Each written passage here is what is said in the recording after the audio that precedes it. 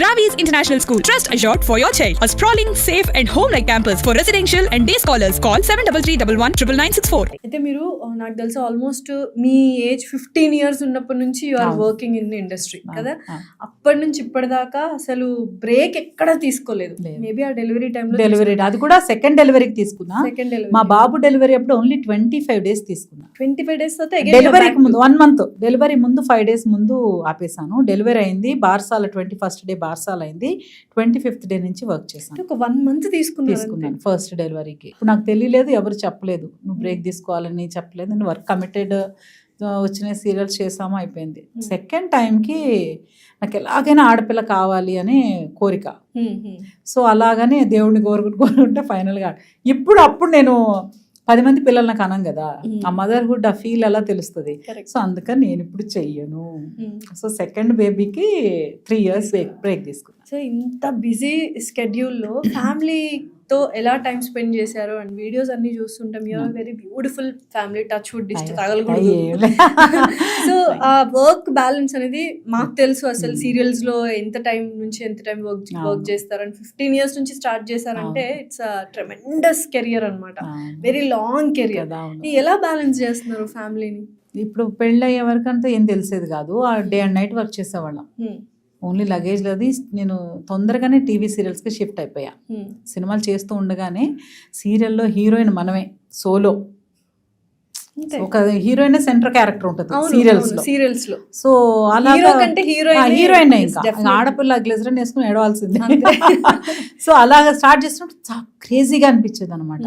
అంటే హీరోయిన్ చాలా స్పెషల్, అన్ని సీన్లు మనమే చేస్తున్నాం అంటే ఒక ఆశ, ఒక భలే ఉండేదన్నమాట. బాగా చేయాలి, ఎవరన్నా బాగా చేసావంటే ఇంకా బాగా చేయాలి, మంచి పేరు తెచ్చుకోవాలి. ఆ దాంతో డే అండ్ నైట్ వర్క్ చేసి నిద్ర ఒక్కొక్కసారి 3-4 days నిద్రపోయేదాన్ని కాదు. అలా వర్క్ చేసేవాళ్ళం. పెళ్ళైన తర్వాత కూడా మామూలుగా వర్క్ చేస్తున్నాం. పిల్లల్ని కొంతకాలం మెయిడ్స్తో మేనేజ్ చేసాం. సో మా బాబునైతే సమ్ టైమ్స్ లాక్ చేసి కూడా వెళ్ళేవాళ్ళం.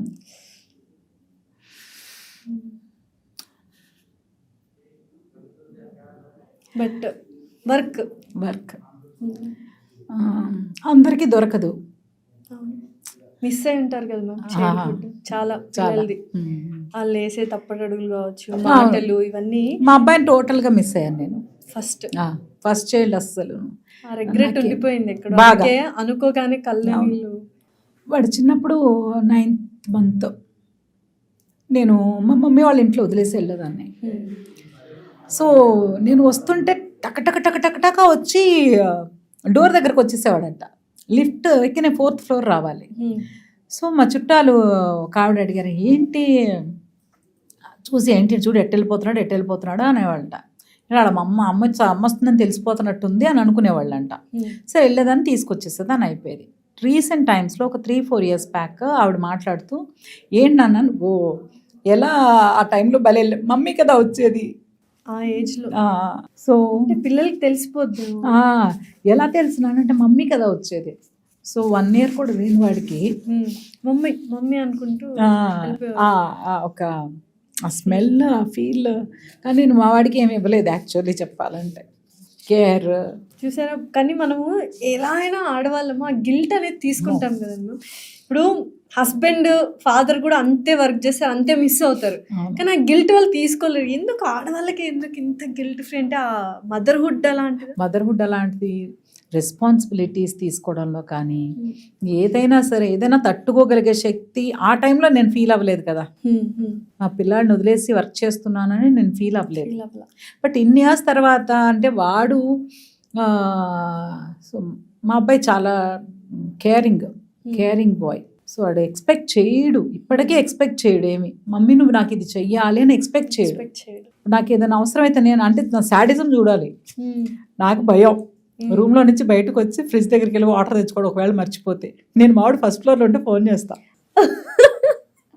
నాన్న పడుకున్నా, లేదు మమ్మీ చెప్పు నాకు కొంచెం మంచినీళ్ళు కావాలి నాన్న, వస్తున్నాను అంటాడు. పైనుంచి వచ్చి ఫ్రిడ్జ్లో తీసి నాకు వాటర్ ఇచ్చి మళ్ళీ పైకి వెళ్ళి పడుకుంటాడు. అంటే ఎంత రెస్పాన్సిబుల్. కొంతమంది పిల్లలు అసలు ఈ మధ్య అడుక్కున్నా చేయట్లేదు పిల్లలు పేరెంట్స్ కి వర్క్. వాడు అలా చేస్తున్నప్పుడు నాకు అనిపిస్తుంది అనమాట. సో యాక్చువల్లీ మన పేరెంట్స్ ఇప్పుడు పిల్లలు చాలా మంది మేము కనమని చెప్పామా మిమ్మల్ని అడుగుతున్నారు. అవును మ్యామ్, నిజంగానే ఉన్నారు. నేను చూసాను చాలా మంది పేరెంట్స్ నా దగ్గర బాధపడ్డం కూడా నేను విన్నాను. అలాగా మేము కనమన్నావా, ఇట్స్ యువర్ చాయిస్.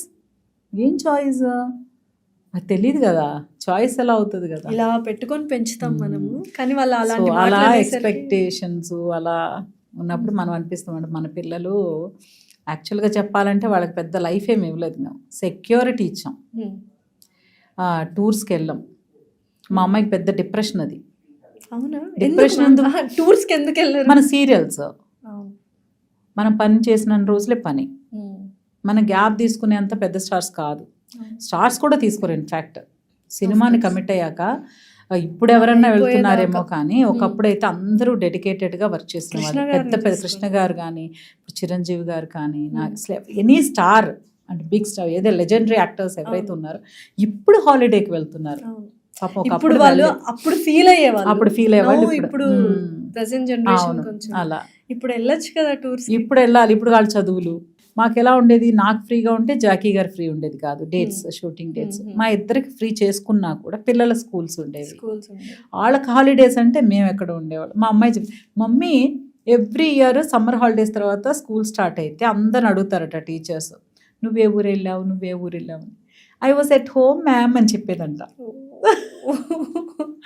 ఇలాగే చెప్పేదాన్ని మమ్మీ నేను. మనం ఎందుకు అఫ్కోర్స్ మనం వెళ్ళామనుకో, మనకు కుదరదు అనుకో, మనం వెళ్ళం కదా. ఇలా తర్వాత చెప్పి మనం వెళ్ళం కదా అనేది ఒక ఏజ్ వచ్చాక, ఒక 13, 14 దాటాక మొదలుపెట్టింది మనం వెళ్ళం కదా ఎలాగూ అని. అవును వెళ్ళాం, మేము వెళ్ళలేదు కదా. మీరు చక్కగా చదువుకొని మీ పిల్లల్ని మీరు తీసుకెళ్ళండి, మీకోసమే కదా. మామూలుగా చాలా మంది అనుకుంటారు హరిత గారికి ఏంటి చక్కగా రెడీ అవుతారు, సీరియల్స్ బోల్డ్ అంత డబ్బులు వస్తుంది, ఫుల్ ఎంజాయ్ చేస్తారు అని. కానీ మీరు చెప్తున్నది రివర్స్ లో ఉంది. అంతే, ఎంత కష్టం అంతే. అది కష్టం ఫీల్ అవ్వకూడదు అనే దానికి రీజన్ ప్రతి ఒక్కరికి అవకాశం రాదు. యాక్టర్స్ అవ్వాలని చాలా మంది వస్తారు, అందులో ఎవరో 1,00,000 మంది వస్తే 1000 మంది యాక్టర్స్ అయితే చాలా గొప్ప విషయం అట. సో వచ్చిన అవకాశం మనం ఒక కమిటెడ్గా మనల్ని నమ్మి ఒక పని ఇచ్చారు, వెళ్ళి బ్యాడ్ నేమ్తో బయటికి రాకూడదు. కష్టం నష్టం ఒప్పేసుకున్నాం కదా, అస్సలు చెడ్డ పేరు మంచి పేరు రాకపోయినా పర్లేదు. సుమన్ టీవీలో మీ పర్సనల్ అండ్ బిజినెస్ ప్రమోషన్స్ కోసం కింది నెంబర్కి కాంటాక్ట్ చేయండి.